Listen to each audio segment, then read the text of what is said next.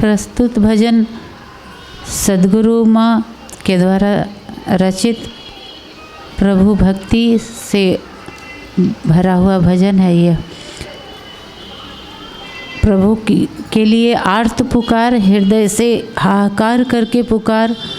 और हमें नहीं लगता है कि इस तरह का भजन कहीं भी और मिलेगा, क्योंकि इसमें जो कुछ भी वर्णन है यह अद्भुत अद्भुत स्थिति की वर्णन है। इसमें हृदय से प्रभु को पुकारा जा रहा है, दिल सिर्फ प्रभु को पुकार रहा है, सिर्फ प्रभु को पुकार रहा है। रो रो के आँखें हारी, मतलब इतना रोया गया होगा कि आँखें भी अब हार रही है रो रो करके। सुन जा ओ प्राण प्यारे, मेरे प्राणों से प्रिय। प्रभु को ही एकमात्र प्राणों से प्रिय कहा जा रहा है और उन्हीं को रो रो करके पुकारा जा रहा है, अंतस के गहराइयों से उनको पुकारा जा रहा है। और इस अगली पंक्ति में संसार की असारता का भी बोध स्पष्ट दिख रहा है कि नहीं माता पिता बंधु बांधवा, नहीं कोई जग रक्षक मेरा। मतलब इस समस्त संसार में ऐसी स्थिति रही होगी गुरु माँ की कि जैसे कोई भी सहारा नहीं दिखता होगा, कोई भी रक्षक नहीं दिखता होगा। हम सभी जानते हैं कि सन्यास के क्रम में सद्गुरु माँ को भीषण संघर्ष का सामना करना पड़ा है। समस्त संसार शत्रुवत व्यवहार कर रहा था और यह उसी समय का भजन है। माता पिता बंधु बांधव कोई रक्षक नहीं है हे प्रभु, और साथ साथ मैं आपकी हूँ, यह बिल्कुल गहराई से बोला जा रहा है कि तेरी होकर क्यों मैं रोऊं, बता क्यों मुझे जग में छोड़ा। मतलब प्रभु से विरह में ऐसी वेदना हो रही है कि कहा जा रहा है कि जब मैं तेरी हूँ, कहा जाता है कि प्रभु का जो है उसको रोना नहीं होता है। तो कह रहे हैं कि इसमें जब मैं तेरी ही हूँ और किसी की हूँ ही नहीं, तो तेरी होकर के भी मैं इस संसार में क्यों रोऊं, क्यों मुझे इस जग में छोड़ दिया, क्यों मुझे अपने से विलग किया, क्यों आपने मुझे अलग छोड़ा इस संसार में। पुकारूं तुझे रो रो के भगवन, तू बैठे अंगूरी डारी कान। मतलब इतना रोया जा रहा है। हम सब बहुत बार गुरु माँ के मुखारविंद से सुन चुके हैं कि जब रोया जाता था तो यदि उन आंसुओं को एकत्र किया जाए तो शायद एक आध गिलास से ऊपर ही हो जाए। इस तरह के आंसू यह हम लोगों के कल्पना से तो परे लगता है, लेकिन ऐसे भक्त भी धरती पर अभी हैं हम लोगों के पास। इस तरह से रो रहे हैं, लेकिन आप कानों में जैसे उंगली डाल करके बैठे हुए हैं, आप सुनते क्यों नहीं हैं? यानी उनकी पुकार क्यों नहीं सुन रहे? हे प्रभु, आपको मैं पुकार रही हूँ लेकिन आप सुन क्यों नहीं रहे हैं? लगता है जैसे अपने कानों में उंगली डाल करके बैठे हुए हैं कि नहीं सुनना है। बता तुझ बिन कौन है मेरा, और अब तुम ही आके बता दो कि तुम्हारे बिना है कौन, किसके सहारे मुझे छोड़ा, बेदर्द हुए किसे मेरा जान। तुम हमारे दर्द से बेपरवाह जो हो, ये किसको मेरा समझ करके किसके भरोसे छोड़े हो। मेरा तो बस एकमात्र तुम ही हो, अनन्य प्रीति मेरी तुम पर है, जन्म जन्मांतर से प्रीति तुम पर है, पर आप मुझे मेरी ओर कान नहीं दे रहे हैं, तो ये किसको अपना मेरा समझ कर किसके सहारे इतने बेदर्द हो रहे हैं। अगली पंक्तियों में अद्भुत स्थिति का वर्णन है कि कैसी विरह वेदना जागी होगी, किस तरह का प्रभु के प्रति विकलता हुआ होगा कि छीन उठूं छीन गिर पड़ूं रे। मतलब लगता है कि उठने की शक्ति नहीं रही होगी, उठते हैं और फिर से गिर जाते हैं। तभी तो ऐसा हो रहा होगा कि छीन उठूं छीन गिर पड़ूं, मतलब उठने का प्रयास किया जाए और फिर से गिर जा रहे हैं। तेरे विरह में मर मिटू रे, कैसा हाहाकार का वर्णन है, यह सच में वाणी से परे है। तेरे विरह में मर मिटूं रे, मतलब अपने प्राणों की कोई परवाह नहीं है। मर मिटूं तो मर मिटूं, प्राण चला जाए तो चला जाए, कोई परवाह नहीं है। बस प्रभु और प्रभु और प्रभु, तुम्हें मेरे पास आना ही होगा। ऐसा लगता है कि इस तरह का हाहाकार, इस तरह की वेदना मोको यह तन हुआ भार, यह और भी गहरा अर्थ को लिए हुए है कि मोको यह तन भार हो गया, मतलब इस शरीर के कारण ही तो आपसे कुछ दूरी बनी हुई है, ना यह शरीर रहता ना आपसे दूरी बनती।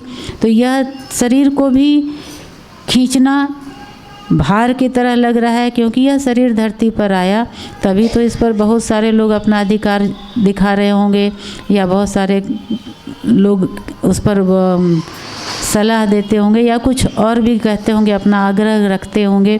तो यह शरीर के कारण मुझे इतनी दूरी सहनी हो रही है प्रभु से, तो मोको यह तन हुआ भार, संभाले निज में दे मुझे तार। हे प्रभु, अब आप मुझे इस शरीर से भी मुक्त कर दीजिए और समा लीजिए अपने आप में। मतलब अब न शरीर का मोह रहा, न जगत का तो मोह पहले से छूटा हुआ है, लेकिन अब शरीर को भी त्यागने की उत्कट इच्छा अंदर से हो रही है। ज्ञानानंद तेरी शरण में समा मुझको अपने चरण में, मैं आपके शरण में आ गई हूँ, अब मेरा आपके सिवा कोई नहीं है प्रभु, अब आप मुझे अपने चरणों में समा लीजिए। और कह रहे हैं कि यदि ना कर सको सुरक्षा मेरी तो हंसी होगी तेरी भुवन में। हंसी कैसे होगी?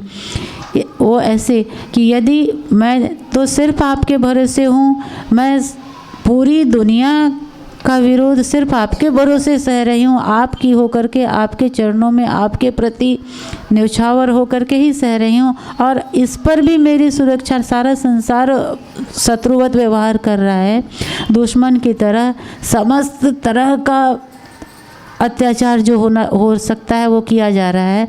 तो इससे यदि प्रभु अब आप ही मेरी सुरक्षा नहीं करोगे, और मैं आपकी शरण हूँ प्रभु, मेरा आपके सिवा कोई है ही नहीं, तो आपकी भी तो हंसी होगी। क्या कहेगा कोई कि प्रभु इस आपके भरोसे जो आपका ही भक्त हूँ, आपके ही शरण में हूँ, और आपके सिवा मेरा कोई अपना है ही नहीं, तो प्रभु यदि आप नहीं रक्षा करोगे मेरी तो कौन करेगा? सब कोई कैसे भरोसा करेगा आप पर प्रभु? कम से कम अब तो सुनो मेरी। हे प्रभु, आप अपने कानों में उंगली डालकर मत बैठे रहो। हे प्रभु, मेरी प्रार्थना सुनो, प्रार्थना सुनो। बस इतना ही बता सकते हैं। इसके बाद की भावभूमि तो समझ से, बुद्धि से, वाणी से परे है। गुरु माँ, साहेब बंदगी, साहेब बंदगी, साहेब बंदगी।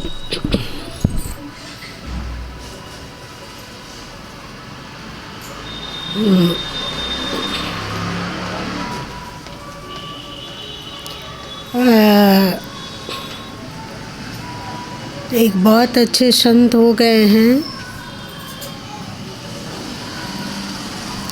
आप लोग भी सुने होंगे प्रभुदत्त ब्रह्मचारी जी का नाम, संत प्रभुदत्त ब्रह्मचारी। तो वे बहुत विद्वान थे, उनकी लिखी हुई कई पुस्तकें हैं, वे शास्त्रों के मर्मज्ञ थे, और वेदांत में उनकी परिपक्व निष्ठा थी कि मैं आत्मा जो वही ईश्वर, जो ईश्वर सो मेरी आत्मा, जो मेरी आत्मा वो ईश्वर। हमारे में मतलब भक्त और भगवान में कोई अंतर है ही नहीं। मैं तू है, तू मैं है, ऐसा बोध था। लेकिन जब उनका अंतिम समय आया, मतलब अंतिम समय आया, तो वेदांत को एक तरफ रख दिए। वेदांत मतलब वेदांत में विरह का कोई औचित्य नहीं है कि उसे बिछड़ा कब गया जो कि विरह जागे। वो तो सदैव मिला हुआ है। हम लोग अपनी आँखों को बंद करके रखे हैं, इसलिए मिले हुए भगवान का भी हम लोग अनुभव नहीं कर पाते हैं। पर अंतिम में उन्होंने क्या किया कि वेदांत को, मतलब आत्मा और परमात्मा एक है, इस ज्ञान को एक तरफ कर दिया। अब वेदांत की बातें बंद, अब प्रेम की बातें प्रारंभ, भक्ति की बातें प्रारंभ। उनमें श्री कृष्ण के प्रति बड़ा प्रेम था, तो वे सोचे कि जब तक धरती के और चीज़ का तो मोह छूट गया था, धन का मोह नहीं था और शरीर का मोह नहीं था और विद्वता का मोह नहीं रह गया था, पर एक चीज़ था,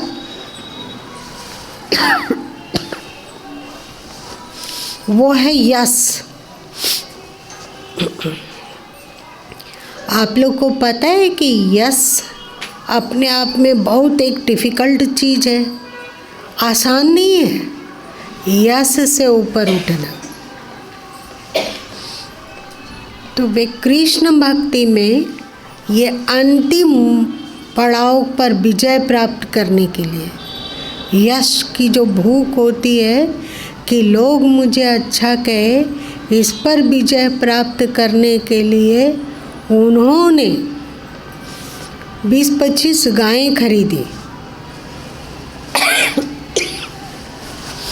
कल तक जो संत थे, पूरे भारत में उनका यश था, अब वो 15-20 गायों को ले लेते और हाथ में एक छड़ी रख लेते और गायों को चराते हुए जाते, जहाँ हरा भरा चारा युक्त खेत हो वहाँ पर गायों को चराते, रुकते और फिर वहीं बैठे रहते एक पेड़ पर, गायों को देखते, गायों की रक्षा करते।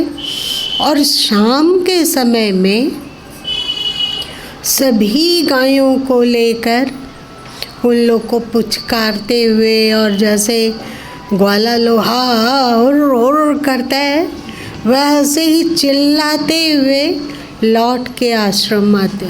और आश्रम में भी जहाँ गायें रहती, तो गायों के चाकर लोग रहते हैं ना, वहीं पे आसपास एक छोटा सा बिचाली से भरा हुआ, तो चुनी चोकर से भरा हुआ कमरा में ही वो सो जाते। लोग धीरे धीरे उनको कहने लगे कि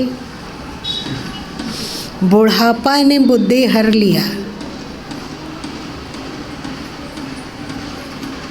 बुढ़ापा में इनका बुद्धि भ्रष्ट हो गया है। ये कल तक कितने विद्वान थे, भारत के कोने कोने में उनकी विद्वता की चर्चा थी। वे एक पुस्तक लिखे हैं चैतन्य महाप्रभु जी की जीवनी के रूप में। वो 3 खंड में मोटी मोटी पुस्तक है और उसको 3 से 5 खंड ठीक से याद नहीं आ रही है, उतना लिखे हैं। और वेदांत की तो एकदम बारीक बारीक गुत्थी को खोल दिया करते थे। आज वो अब सब उन्हें ब्रह्मचारी जी कहता था, पर अंतिम में उनको पगला बाबा पगला गए हैं। अपना ही आश्रम है, आश्रम के ये अभिभावक हैं, अभी भी मालिक हैं, सब कुछ करते हैं, सारा खर्च आश्रम की व्यवस्था करना, कौन आया कौन गया, किसको खिलाना है किसको नहीं खिलाना है, और स्वयं गौशाला के एक कमरा में रहा करते हैं और वहीं गंदे संदे में ऐसे ही बिचाली पे सो जाना जैसे ग्वाला लोग सोता है, रूखा सूखा खा लेना, ज़्यादातर नमक रोटी, नमक और हरी मिर्च। वैसे तो ज़्यादातर गरीब लोग रोटी प्याज और नमक खाते हैं। अभी खाते हैं कि नहीं सो हमें पता नहीं है। अभी भी खाते हैं। तो क्योंकि वे प्याज खाते नहीं थे, वैष्णव संत थे, तो रोटी नमक और हरी मिर्च यही उनका भोजन था। खा लेते, पानी पी लेते। जो दूध होता 20-20 गायों को खरीदे हैं तो आश्रमवासी में वितरित करने का वे आज्ञा दिए हुए थे कि आश्रम में वितरित हो, आए गए लोग को वितरित हो। पर क्योंकि वे तो एक नौकर हैं, भगवान के नौकर, और उनको उनके मन में ये बात थी कि कृष्ण को गाय बहुत प्यारी है, तो यदि हम गायों की सेवा करेंगे तो कृष्ण खुश होएगा, प्रसन्न होएगा। सोचो कैसी भक्ति रही होगी। हम लोग के लिए कल्पनातीत है ना। हम लोग यदि चाहेंगे भी ऐसी भक्ति करना तो लोग क्या कहेंगे, लोग क्या कहेंगे।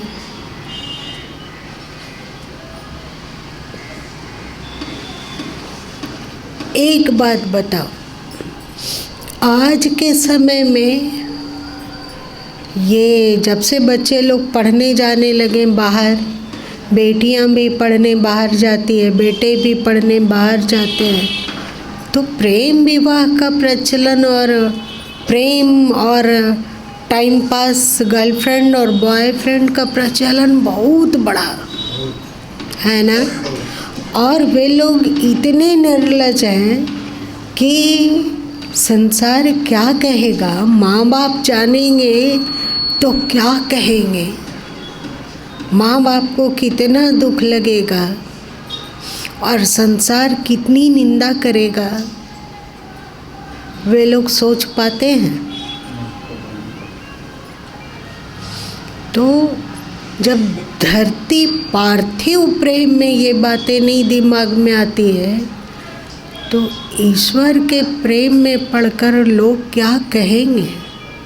ये है तब समझो कि क्या हम लोग ईश्वर से प्रेम कर रहे हैं। उतना भी प्रेम हम लोग का नहीं है जितना एक लवर लवरी लोग का होता होगा।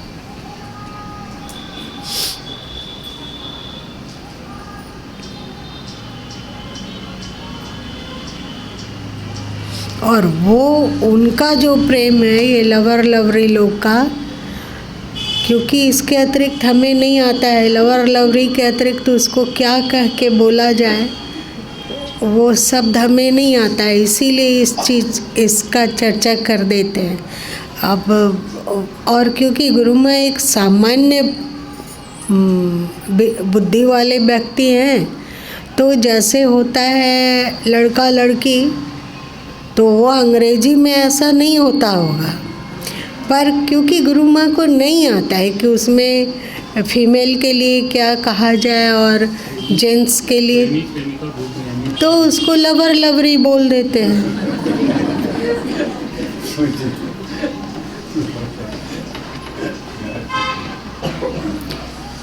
ये भी एक जन्म का रिश्ता है कि नहीं। और कब ये टूट जाएगा, कब टूट जाएगा, कब आपस में झगड़ा हो जाएगा और कब हम किसी दूसरे के प्रेम के चक्कर में पड़ जाएंगे, इसकी पूरी संभावना है कि नहीं। पर ईश्वर से क्या कभी रिश्ता टूट सकता है? क्या उनके समान किसी और को ढूंढा जा सकता है कि चलो इस ईश्वर से हमें नाराजगी है, वो सुनता नहीं है, कान में उंगली डाल के बैठा रहता है। तुम लोग देखते होगे आज के समय के बच्चे लोग क्या कान में डालते हैं, काला काला क्या डालते हैं? ईयरफोन। तो बाहरी चीज़ उसमें कम सुनाई पड़ता होगा। हाँ, बाहरी चीज़ कम सुनाई पड़ता होगा। शोर शराबा बाहर हो तो वो लोग ईयरफोन कार में डाल सकते हैं, चाहे जो वो गाना सुनना चाहते हैं उसको सुनने के लिए कुछ बजा देते होंगे और कान में एयरफोन डाल लेते होंगे।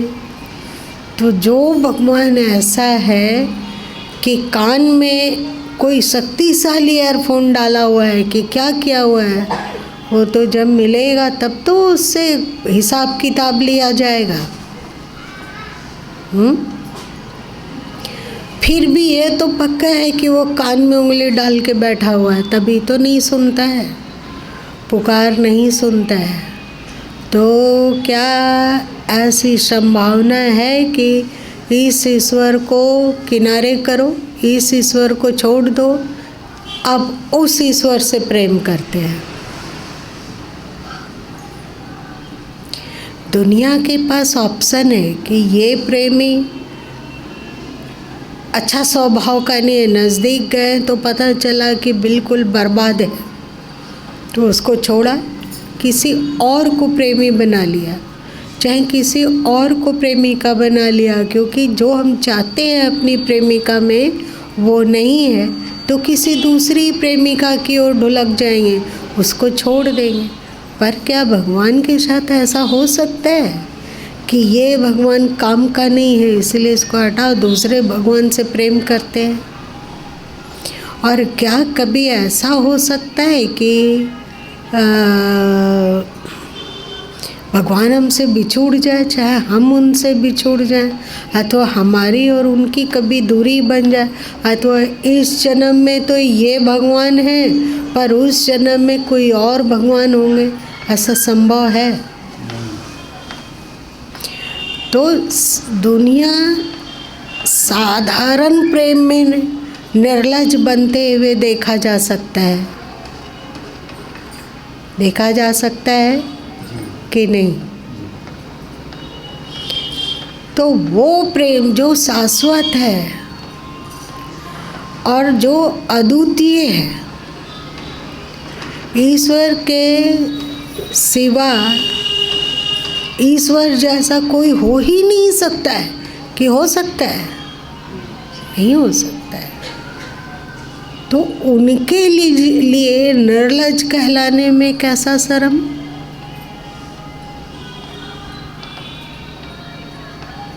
परंतु शर्म लगता है ना।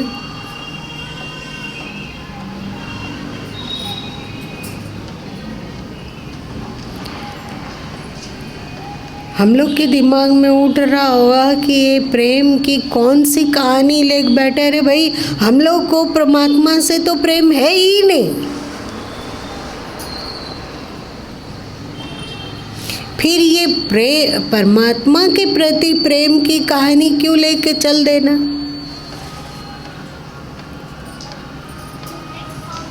क्योंकि अभी यहाँ पर थोड़ा सा एकांत मिला हुआ है, थोड़ा सा ज़्यादा देर तक मस्ती से कमरा बंद करके रहा जा सकता है।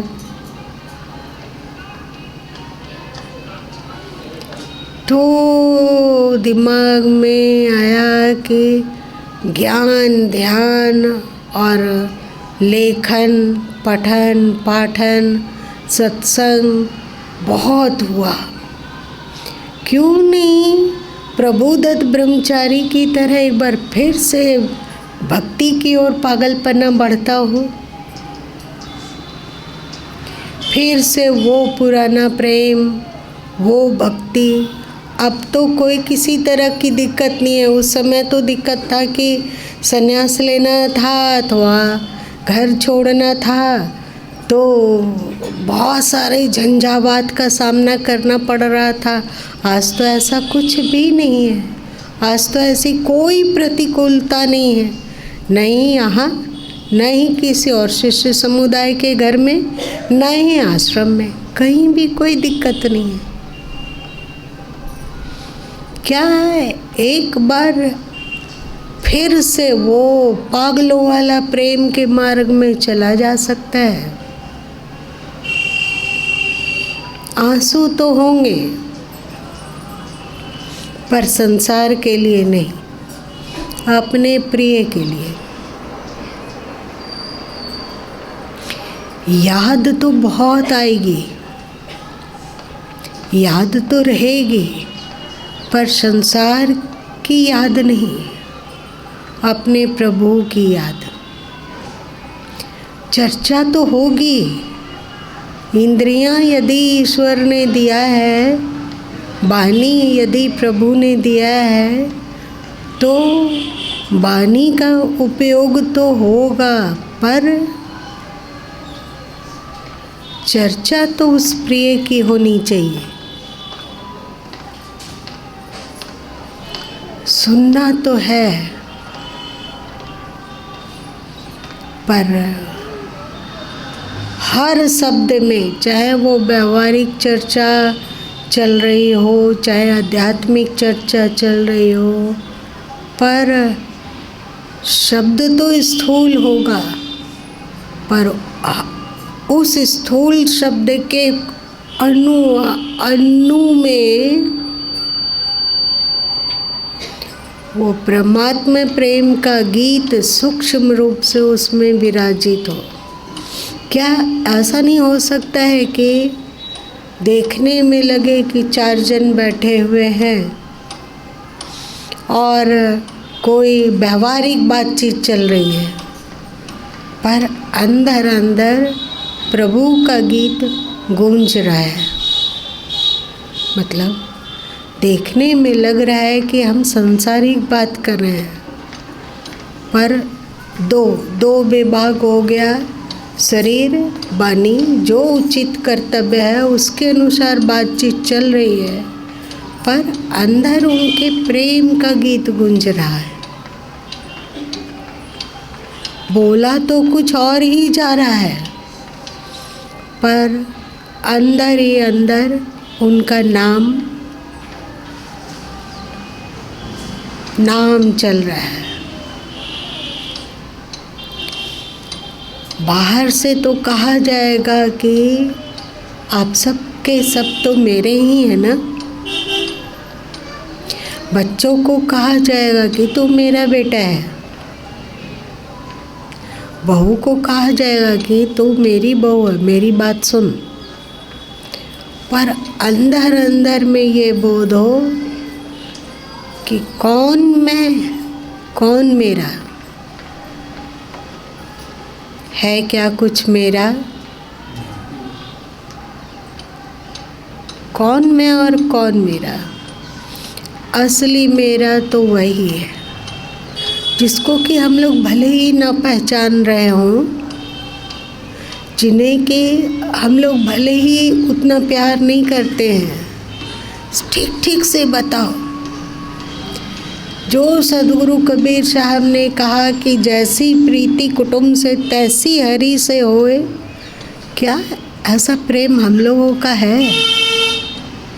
जैसी प्रीति कुटुंब से, बोलने का तो हम लोग बोल देंगे कि नहीं, उनसे ज़्यादा प्यार है, कुटुंब की तुलना में ज़्यादा प्यार है ईश्वर से, पर ये सब थोती बातें हैं। हम भी जान रहे हैं और आप भी जान रहे हैं कि जितना प्रेम अपनों के प्रति है, मतलब भौतिक अपनों के प्रति है, उतना प्रेम तो ईश्वर के प्रति नहीं है।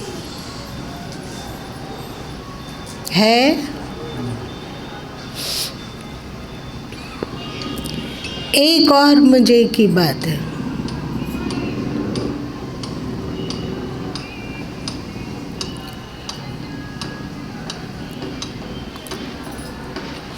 हम लोग ना ईश्वर को चनाचूर का बंडल भी नहीं समझते हैं।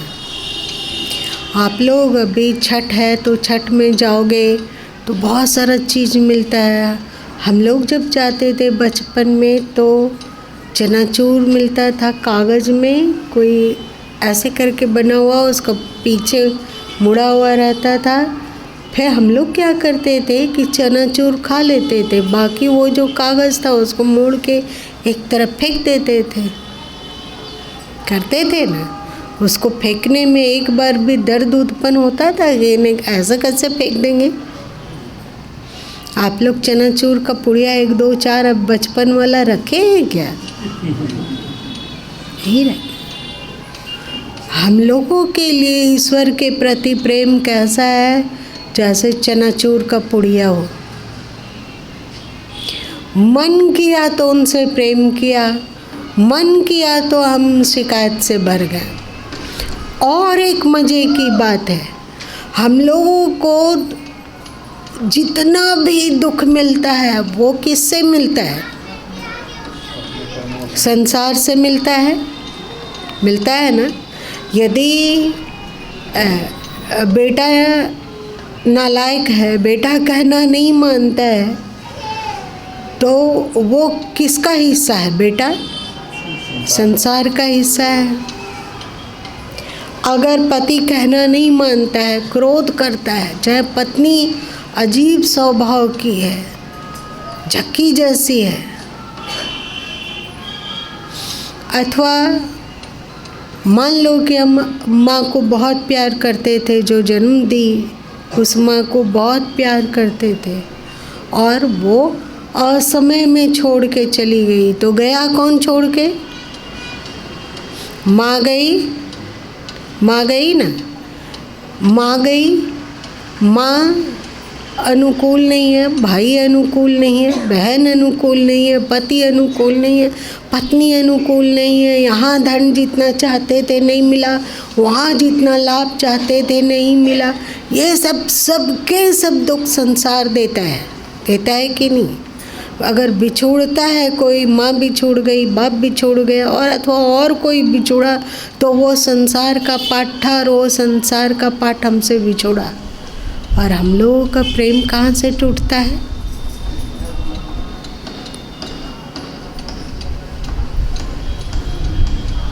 दुख देता है संसार, बिछोड़ता है हमसे संसार, लेकिन शिकायत किसके प्रति होती है? और हम लोग कहते हैं कि भगवान तुमसे प्रेम करके हमें क्या मिलता है? हम लोग के लिए चनाचूर का पुड़िया हुआ कि नहीं? दुख दे रहा है, सारा दुख दे रहा है संसार। संसार का संयोग, संसार की चीज़ें, संसार के नाते, संसार के रिश्ते, ये धोखा देते हैं। पर इनसे प्रेम छूटते हुए किसी का देखे हो तुम लोग? बोलो, इस तरह मौन मत हो। यदि हमारे पास धन नहीं आता है तो धन का दोष है, धन पे केस करो, धन को छोड़ दो ना। तो नहीं, सबसे सस्ता जो कहावत है कि निर्बल की बहू सबकी भौजाई, इसका मतलब क्या होता है आप लोग को पता है? निर्बल व्यक्ति की पत्नी से सब कोई मजाक कर सकता है। क्यों? जो पति है वही निर्बल है, कमजोर है। उसकी पत्नी से ही हंसी मजाक कर लेता है। हम लोग के लिए भगवान है निर्बल की बहू, कुछ नहीं बोलता है।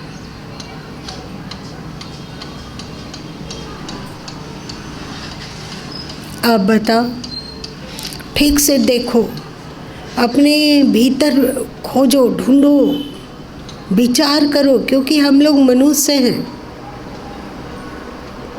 मनुष्य मतलब विवेकवान है ना? हम लोग को सोचने समझने की बुद्धि दी गई है, और सत्य और असत्य पहचानने की भी बुद्धि दी गई है। गाय लोग को भी बुद्धि है, पर उसको अपने खाना का, चाहे हमारा ये गाय मित्र है, वो गाय हमारी मित्र नहीं है। गौशाला में देखते हैं, आश्रम में, इस गाय को जिस गाय के बगल में वो बंधती थी, यदि उस गाय से उसको दूर करके अलग खुट्टा में बांध दो तो उसका देखने लायक हालत होती है। अजीब गाय परेशान होती है, थोड़ी क्रोधी हो जाती है, कोई भी उसके बगल से गुजरे तो कस के नाक फुफकारती है, मारने दौड़ती है। वो क्या कह रही है कि तुम हमें अलग क्यों किया? हमारा वो फ्रेंड है, हम साथ रहे हैं, हमें साथ रहने का अधिकार है। अलग क्यों बांधा? और अक्सर गायें दूध कम कर देती है क्योंकि दुखी है, खिन्न है, क्षुब्ध है, अपने मालिक के से शिकायत में भरी हुई है। तो गाय घोड़े सब में बुद्धि है और स्मरण शक्ति भी है। आप 1 साल के बाद किसी गाय के पास गुड़ का ढेला ले जाओ तो गाय पहचान लेगी कि भूल चुकी होगी गुड़ के ढेले को? मतलब उसके पास बुद्धि है और स्मरण शक्ति है कि ये गोल गोल दिख रहा है पर मीठा बहुत है, टेस्टी है, उसको स्मरण है, पर विवेक नहीं है। क्या वो सत्य को पहचान सकता है कि ये शरीर नासवान है, कोई किसी का नहीं होता है, अकेले आते हैं, हम अकेले चले जाते हैं, मुट्ठी बांध के आते हैं, हाथ फैलाते चले जाते हैं। ये विवेक वो गाय कर सकती है? नहीं कर सकती। हम लोग कर सकते हैं, पर यदि दुनियाई दुख कोई मिलता है तो हम दुनिया से तो कभी शिकायत ही नहीं करते हैं कि ये संसार ऐसा ही है। नाम ही है इसका दुनिया। दुनिया का अर्थ होता है दुरंगी, दिखता कुछ है और होता कुछ और है। हम लोग भगवान को कभी अपना समझे ही नहीं। इतना दुख देने वाला ये संसार, कितना भी दुख दे संसार, फिर भी हम लोगों को संसार से प्रेम होता है कि नहीं? और ईश्वर हमें न कोई दुख देता है न कोई सुख देता है। ईश्वर हमसे कभी बिछुड़ता भी नहीं है। ईश्वर हमारा कभी साथ भी नहीं छोड़ता है। साथ छोड़ता है? नहीं छोड़ता है। तब भी शिकायत हुआ, तुम रहो अपनी जगह में। और माँ बाप को अपने बेटे से शिकायत होता होगा, पर 2 दिन नाराज रही, 3 दिन नाराज रही, फिर दोस्ती हो जाती है। होता है कि नहीं? हो जाता है। फिर जो भी शिकायत रहा सब भूल गए और फिर उसे हृदय से लगा लेते हैं। और वो भगवान बेचारा बिना कसूर का, उसका कोई कसूर ही नहीं है। यदि कुछ कसूर है तो हमारा है, हमारे कर्मों का है, हमारे भाग्य का है। तो कसूरवार हमारा कर्म है और ये संसार है, बेवफा संसार। तो इससे तो कभी कोई शिकायत नहीं होती है। हम लोगों को शिकायत होती है? नहीं होती है। और भगवान बेचारा कुछ नहीं करता है, फिर भी छोटी छोटी बात में हम उनकी ओर आँख तरेर कर देखते हैं।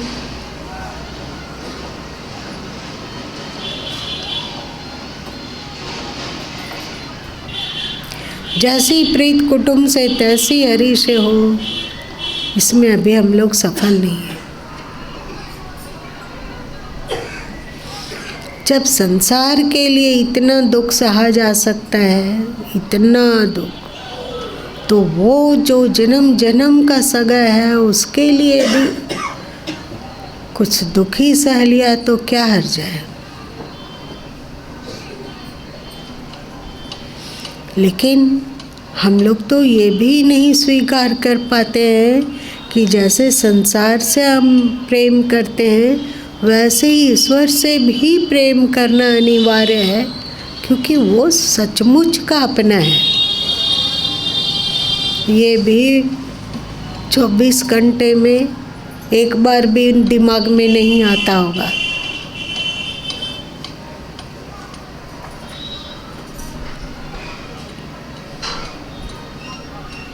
आप बता तो हम लोगों में से कौन कौन है जिसको भगवान से उतना ही प्रेम है जितना कि वो अपने परिवार से करता है? एक भी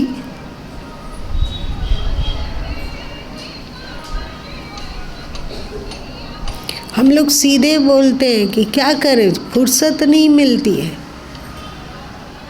फुर्सत रहेगी तब ना, फुर्सत ही नहीं है। किस काम से फुर्सत नहीं है? संसार को संभालना है, संवारना है, सजाना है। संसार में अभी बहुत कुछ बटोरना है और वो जो बटोरेंगे सो सब यही संसार छीन लेगा कि नहीं। इन सब के लिए हमारे पास बहुत समय है, पर ईश्वर के लिए 1 मिनट भी समय नहीं है। हम लोग कहते हैं, कभी कभी गुरु माँ पूछ लेते हैं कि तुम लोग स्वाध्याय करते हो क्या, पाठ करते हो? तो हम लोग बोलते हैं कि वैसे ही तो डेली करते हैं, पर कभी कभी जब बहुत ज़्यादा काम रहता है तो उस दिन छूट जाता है। कहते हैं कि नहीं? खाने के लिए हमारे पास समय है, सोने के लिए समय है, परिवार से लाड़ लड़ाने के लिए समय है, पर ईश्वर के लिए कोई समय नहीं।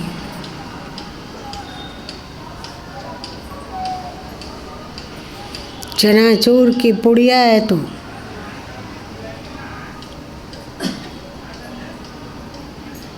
इस्तेमाल किया और फेंक दिया।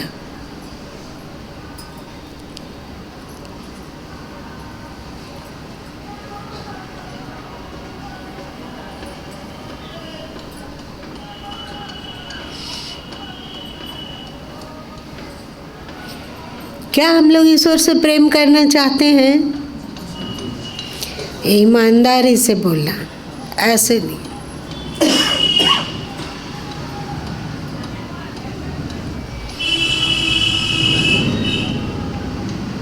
यदि वो रूठ कर बैठा हो तो उसमें क्या उसका अपराध है? हम लोग इतने नालायक हैं, निकम्मे हैं, निखट्टू हैं, सड़े हुए आलू हैं जो केवल बदबू देता है,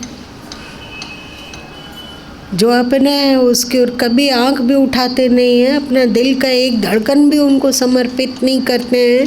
तो वो हमारी बात को, हमारी पुकार को नहीं सुनता है तो क्या हर्जा है?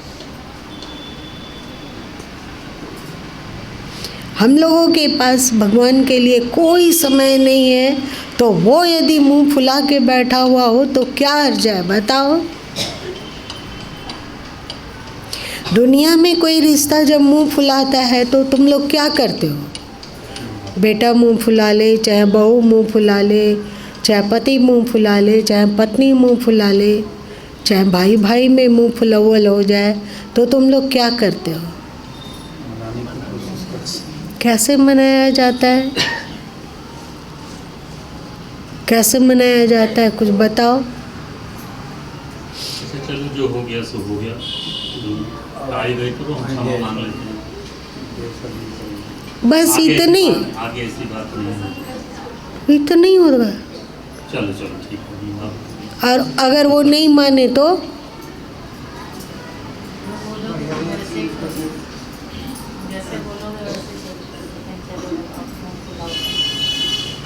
क्षमा कर दो। और यदि दूसरा बार भी बोली फिर भी नहीं माना तो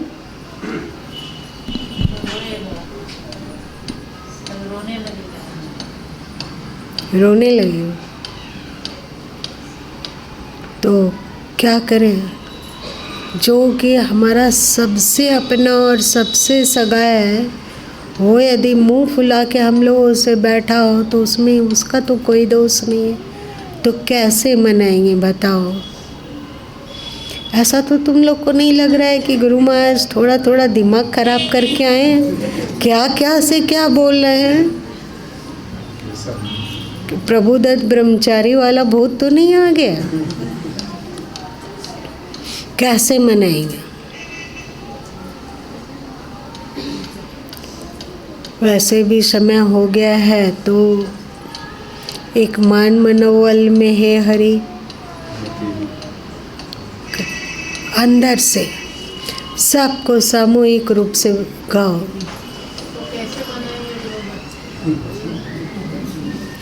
जो उनको पसंद होगा वो करेंगे, जो उनको पसंद होगा वो देखेंगे, जो उनको पसंद होगा वो सुनेंगे, जो उनको पसंद है वही खाएंगे, जो उनको पसंद है वही सोचेंगे, जैसे वे कहेंगे वैसे करेंगे।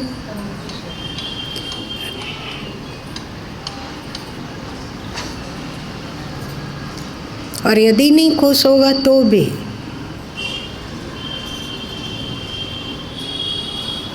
एक पॉइंट लेके तो हम लोग सत्संग में शुरुआती दौर में जो चला उसका कहीं पर खुलासा नहीं होगा। यश की बात चली थी, यश बहुत बड़ा बाधक है। और प्रबोधक ब्रह्मचारी का सत्संग मणिकथा से शुरुआत की तो इससे उनका यश मिटा। बहुत सारे लोग कहें कि पागल हो गया है, इनका इलाज कराना चाहिए, देखना चाहिए, और वे थोड़े थोड़े पागल जैसा करते भी थे। संसारी लोग तो यश के लिए पागल है, यश के लिए दीवाना है, हर काम को तो हर व्यक्ति पागल है, चाहे संसारी हो चाहे सन्यासी। यश तो यश कैसे मिटे, तो उसकी कामना कैसे मिटे? यश तो मिटेगा नहीं। यश की कामना मिट जानी चाहिए। कामना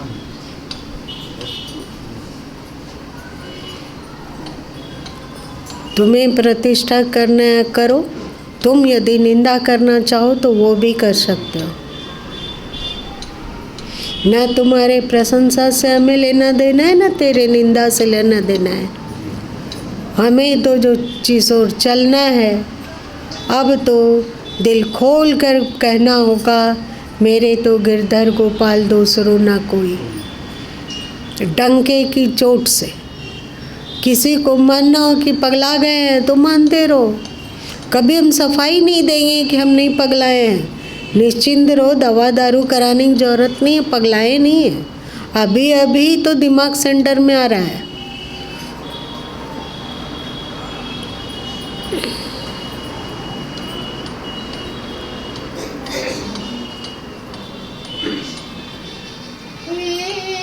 सब सामूहिक रूप से करो।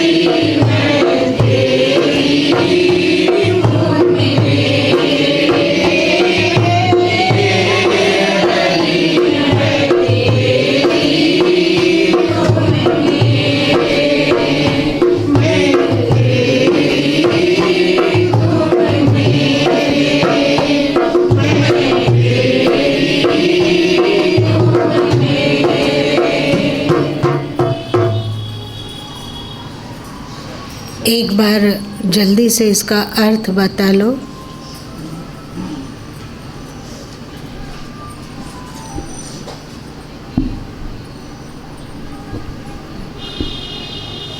पद में सद्गुरु अपने भगवान आराध्य को संबोधित करते हैं।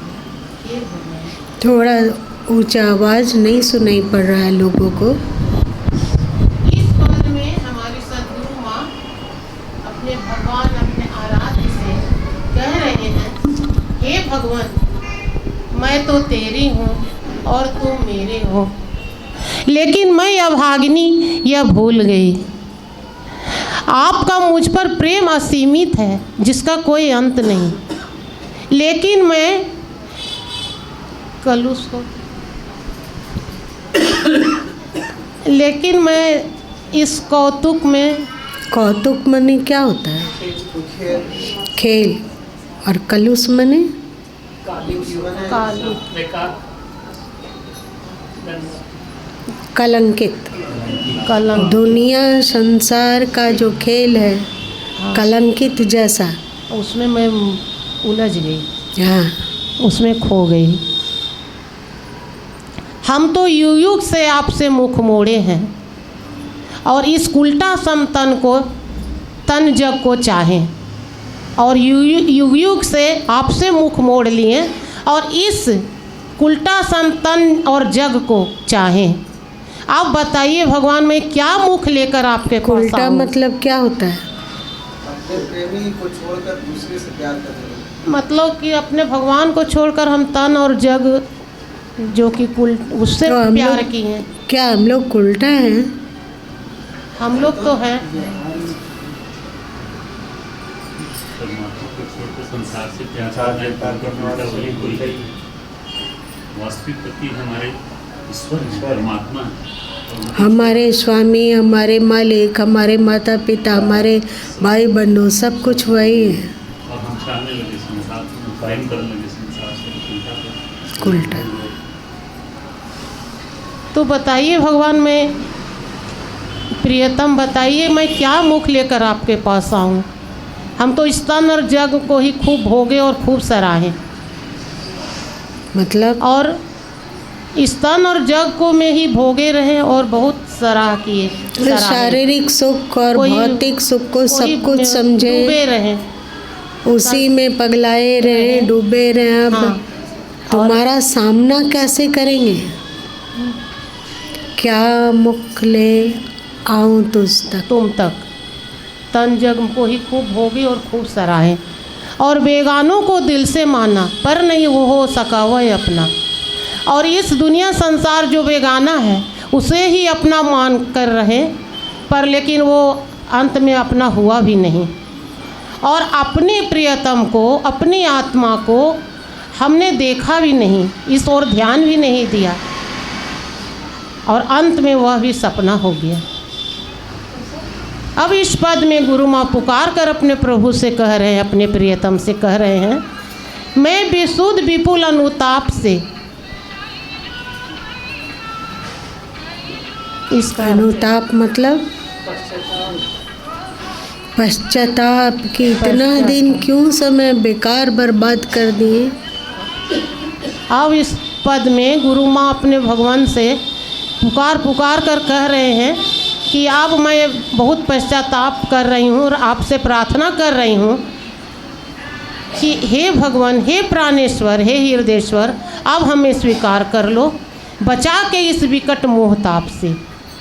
जो इस विकट मोहताप में हम उलझ गए हैं, इसमें डूब गए हैं, इससे हमें निकाल कर, हे भगवान, हे प्राणेश्वर, हे हृदयेश्वर, अब हमें अपने चरणों में रख लो, अब हमें स्वीकार कर लो नाथ, अब हमें स्वीकार कर लो नाथ, अब हमें स्वीकार।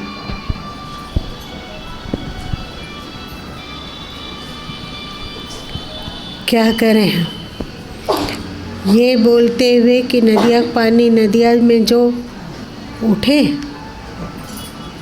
नदिया पानी नदिया में जो मुश्किल का सुफल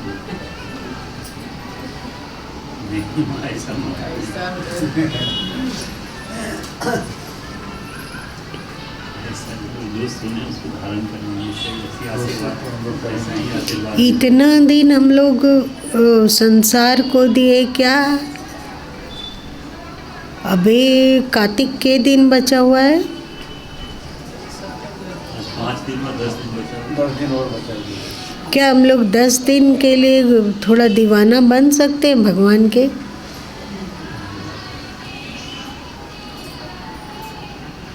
बाद में और कुछ करेंगे, अभी सबसे ज़्यादा दीवानापन ईश्वर का दीवानापन, बाकी संसार का सब गौन हो जाए।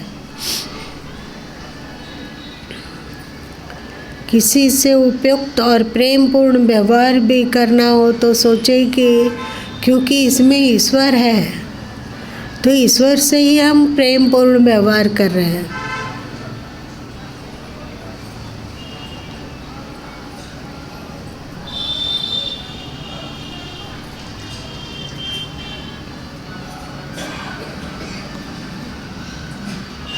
दस दिन का दीवानापन, अकेले में टहलो तो उनकी याद आए, कभी उनका मिलन का एहसास हो, कभी उनका नाम हो, कभी हम प्रेम में विभोर हो। चलने में ऐसा हो जाए कि चलना है किधर तो डगमगा के कदम की शोर उठ जाते हैं।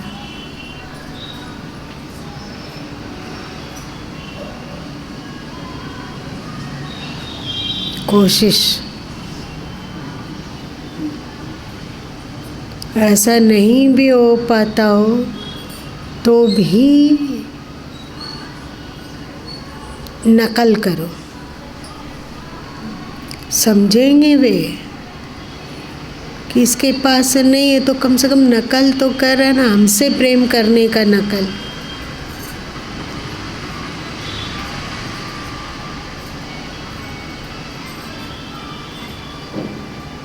आप लोग को क्या ये पता है कि नकल करते करते भी आदमी सचमुच में ऐसा हुआ जाता है। जैसे यदि कोई सोच ले कि गुरुमा तो बहुत विचित्र है, पागलों सा कभी कुछ बोलते रहते, नहीं चाहिए हमें, इससे अच्छा तो अमुक संत है वहाँ जाते हैं, वहाँ मोक्ष मिलेगा, ज्ञान मिलेगा, ऐसा दिल दिमाग में बैठा लो तो क्या होगा, गुरु माँ के प्रति प्रेम बढ़ने लग जाएगा कि घटने लगेगा। ये केवल मान्यता के साथ मान लिए केवल, कहीं गए आए नहीं है, पर नित्य प्रतिदिन बोलो कि नहीं हमें वहाँ नहीं जाना, हमें उनके पास नहीं जाना है। देख लिए कि वे कितने पानी में है, बोलते कुछ है करते कुछ है, नहीं एकदम ढोंगी है, नहीं जाना है वहाँ। इसको केवल 1 सप्ताह सोच के देखो, दूरी बढ़ेगी ना।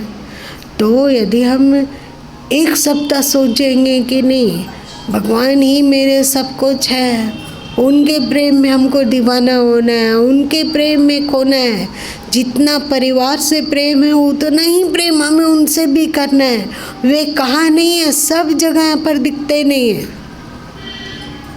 वो कब ऐसा उपेक्षा करके मौन होके चुपचाप हो गए, ऐसा नहीं है। वे हमारे प्रश्नों का जवाब देते हैं पर हमें सुनाई नहीं पड़ता है।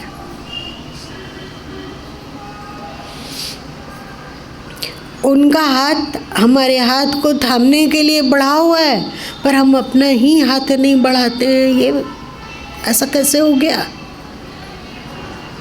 भगवान हमें प्रेम चाहिए और केवल तुमसे प्रेम चाहिए। 10 दिन के लिए देखो कि क्या कार्तिक का महीना कौन सा उपहार आपको देगा। कैसी मस्ती, कैसी मादकता, कैसा नशा और कैसा आह्लाद। 10 दिन ज़्यादा है क्या? शुरू होगा अभी से, यहाँ से उतर के जाने लगना तो यही सोचते हुए कि हमें तो ईश्वर से बहुत प्रेम है, बहुत प्रेम, और हमसे वो भी प्रेम करते हैं, तभी तो सत्संग में भेजती हैं, नहीं तो क्यों भेज देते। इतने ही लोग हैं, सब कोई नहीं आते हैं, मतलब वो हमसे प्रेम करते हैं, वो हमसे प्रेम करते हैं। हम बड़े दुष्ट थे, उनसे प्रेम नहीं करते थे, पर अब हम भी उनसे प्रेम करते हैं। कल्पना तो कल्पना ही सही, 10 दिन करके देखो। आज इतने ही रहने दो।